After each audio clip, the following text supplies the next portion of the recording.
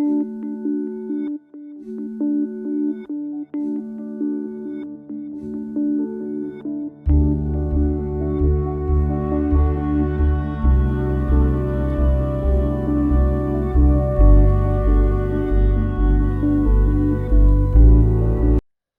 hello everyone, it's me Kripas Khatiwada from pointzero. So आज पनि म एकदमै एउटा इन्ट्रेस्टिङ भिडियो अनि सबैभन्दा इम्पोर्टेन्ट आज हामीले अहिलेसम्म हेरेको सबैभन्दा इम्पोर्टेन्ट सो थम्बनेल हेरेर थाहा पाइसक्नु होला list view builders.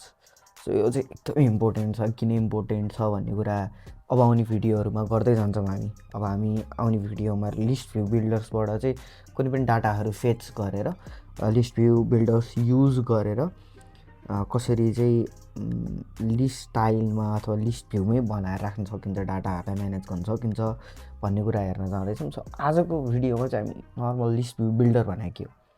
So list view भन्ने कुरा हामीले अघिल्लोचोटि हेरेका थियौँ. सो त्यस्तै गरी आज हामी लिस्ट भ्यू बिल्डर्स भन्ने हेर्छौँ. सो अब चाहिँ अलिकति हामी स्टेटफुल अथवा चाहिँ अलिकति हामी स्टेटको कामहरू गर्छौँ थोरै थोरै है.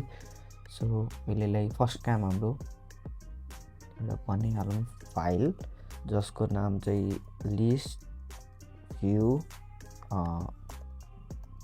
Builder. Okay, BUILDR. Okay, spelling छ stateless. As you know guys, stateless कसरी बनाउने भन्दाखेरि STL स्टेटलेस. ओके, यसमा मैले के हान्छु भने एउटा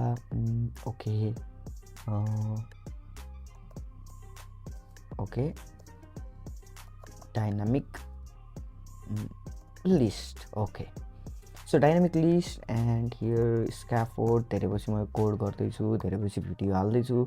सो गाइज सपोर्ट गर्नु होला किनकि हामीले धेरैवटा इम्पोर्टेन्ट टपिकको बारेमा कुरा गरिसकेको छौँ. सो यहाँ तपाईँले आफ्नो .0 भनेर सर्च गर्नुभयो भने तपाईँले यहाँ लिस्ट छ एउटा. सो एकदमै थोरै छ सब्सक्राइबर किनकि भर्खरै हो खोलेको है. सो यहाँ तपाईँले देख्न सक्नुहुन्छ यत्रो भिडियोहरू मैले तपाईँहरूको लागि हालिदिइसकेको छु.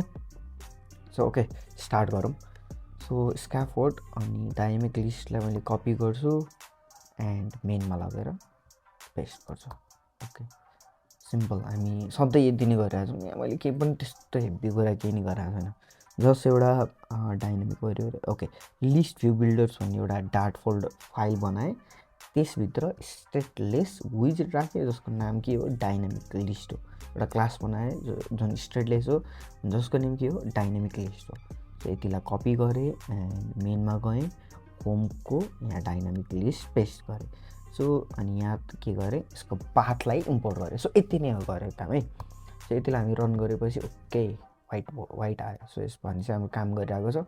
एन्ड स्क्याफोल्ड पहिला मैले कन्स्ट हटाइदिन्छु एन्ड स्क्याफोल्डमा ब्याकग्राउन्ड अब काम गरिरहेको छ हेरौँ, कलर्स डट ब्ल्याक. ओके काम गरिरहेको छ है त. सो काम गरिरहेको छ भने यसलाई हटाइदिउँ अनि एउटा नर्मल लेखिहालौँ जुन चाहिँ मलाई एकदमै मनपर्छ, एप बार बनाइहालौँ. एप बार. ओके, सो एप बार पनि बनिहाल्यो त. सो अब चाहिँ हामी ढिला नगरिकन एउटा बडी बनाऊँ. ओके, एन्ड एउटा लिस्ट भ्यू. ओके, सेपरेटर्स भन्ने हामी हेर्छौँ पछि. यसपछिको भिडियोमा हामी सेपरेटर्सले के कस्तो काम गर्छ लिस्ट भ्यू बिल्डर भन्दा फरक के छ भन्ने कुरा हेर्छौँ. सो अघिको लागि चाहिँ list view dot. Okay, list view dot builders. Okay, not sorry यहाँ फ्युज बिग्रेछ, VI. Okay, VI view dot builders. Okay, अब यहाँ हेर्नुहोस् है, यहाँ चाहिँ के गर्नुपर्छ भने बिल्डर्सले के माग्छ भने not builders. Okay sorry, builder. So बिल्डरले के माग्छ भने आइटम बिल्डर भन्ने माग्छ. ओके, यति राख्नु बित्तिकै तपाईँको कोड गरिहाल्यो. के गर्यो हेरौँ है. आइटम बिल्डर भनेको चाहिँ के भने तपाईँको कुनै पनि बिल्डरलाई चाहिँ कसरी इन्डेक्सले गर्दाखेरि एउटा इन्डेक्स भन्ने छ. यो इन्डेक्स भनेको एकैछिन बुझ्छौँ. अनि कन्टेक्स्ट भन्ने छ, किनकि कन्टेक्स्ट भनेर त त्यो त चाहि नै हाल्यो, हामीले हेरिसक्यौँ बिल्डर कन्टेक्स्टको काम है. सो यहाँ अब म अहिले रिटर्न गरिदिन्छु. ओके, रिटर्नमा लिस्ट स्टाइल. ओके, त्यसलाई रन गरिदिउँ. ओके अहिले त केही पनि भएको छैन किनकि लिस्ट स्टाइलभित्र केही पनि छैन। सो लिस्ट अब हेर्नु list builder item builder plus एउटा अर्को इम्पोर्टेन्ट यहाँ छ आइटम काउन्ट भन्ने छ। सो ओके आइटम काउन्टमा मैले 20 राखिदिन्छु। यो राखेन भने के हुन्छ राख्यो भने के हुन्छ भन्ने कुरा म एकैछिनमा भन्छु तपाईँलाई त। सो आइटम टाइल भन्ने हामीले हेरिसक्यौँ पहिला पनि यहाँ। ओके यहाँ हेरिसक्यौँ। सो म यतिलाई कपी गरिहाल्छु। सो प्रोग्रामिङको ओल्डमा चाहिँ के भन्छ भने कपी पेस्ट चाहिँ एकदमै गर्नुपर्छ भन्छ है, किनकि यो कपी पेस्ट भन्ने चिज चाहिँ एकदमै जरुरी छ। तपाईँले पुरानो कोडहरू लेखिरहनु पुरानो कोड पहिलेदेखि चाहिँ कपी पेस्ट गर्नु भएन भने चाहिँ तपाईँ स्मार्ट हुनु भएन भन्छ, किनकि यत्रो कोड किन गरिरहनु है।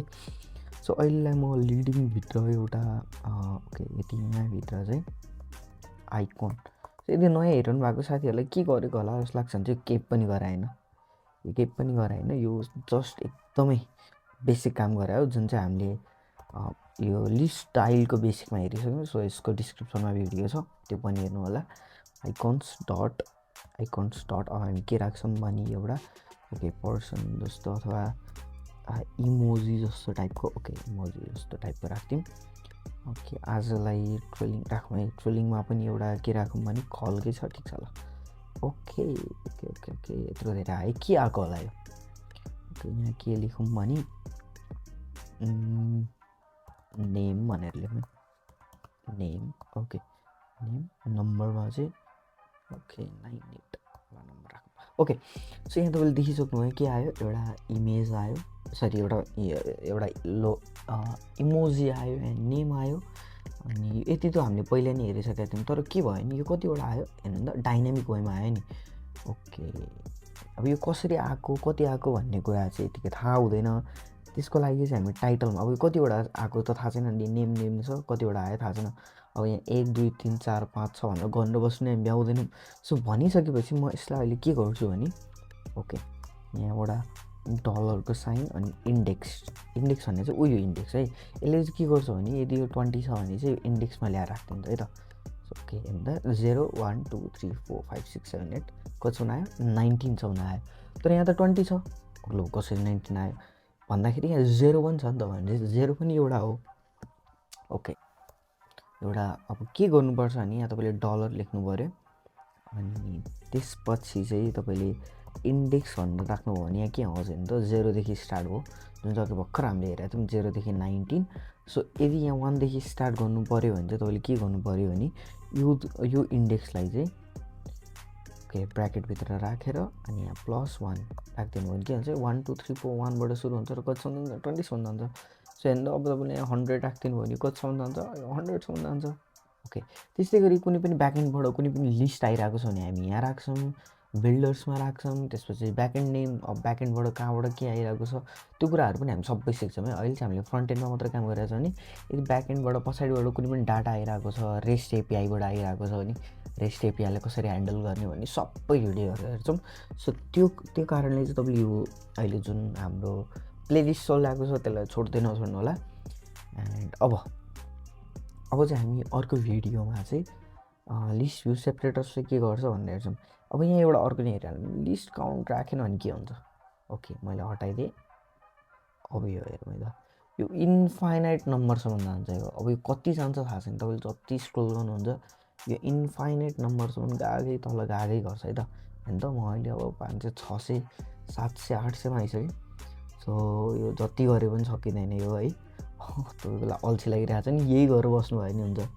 ओके सो जति गर्दा पनि सकिँदैन। सो त्यसको लागि हामीले के गर्छौँ भने आइटम काउन्टमा कुनै पनि भ्याल्युहरू दिन्छौँ, जस्तो कि 8 दिउँ भने के हुन्छ 8वटा मात्रै आउँछ। सो यो कुरा बुझिहाल्नुभयो। अब हरेक लिस्ट स्टाइलभित्र चाहिँ कसरी नेमहरू फरक राख्ने, जस्तो कि यहाँ एउटा नेम इमेजहरू फरक कसरी राख्ने भन्ने कुरा अब हामी अगाडि भिडियोहरूमा गर्नेछौँ। सो प्लिज गाइज तपाईँहरू चाहिँ सँगै बस्नु होला, यो भिडियोहरू पुरै क्लियरली हेर्नु होला, नत्र केही पनि बुझ्नुहुन्न। अब आउने डाटाहरू फेच गर्न रेस्ट एपिआईहरूसँग खेल्नलाई तपाईँले केही पनि बुझ्नुहुन्न। So stay tuned guys and कुनै पनि बेसिक कुराहरू आइरहेको छैन भने यहाँ हेर्नु होला। So thanks for watching.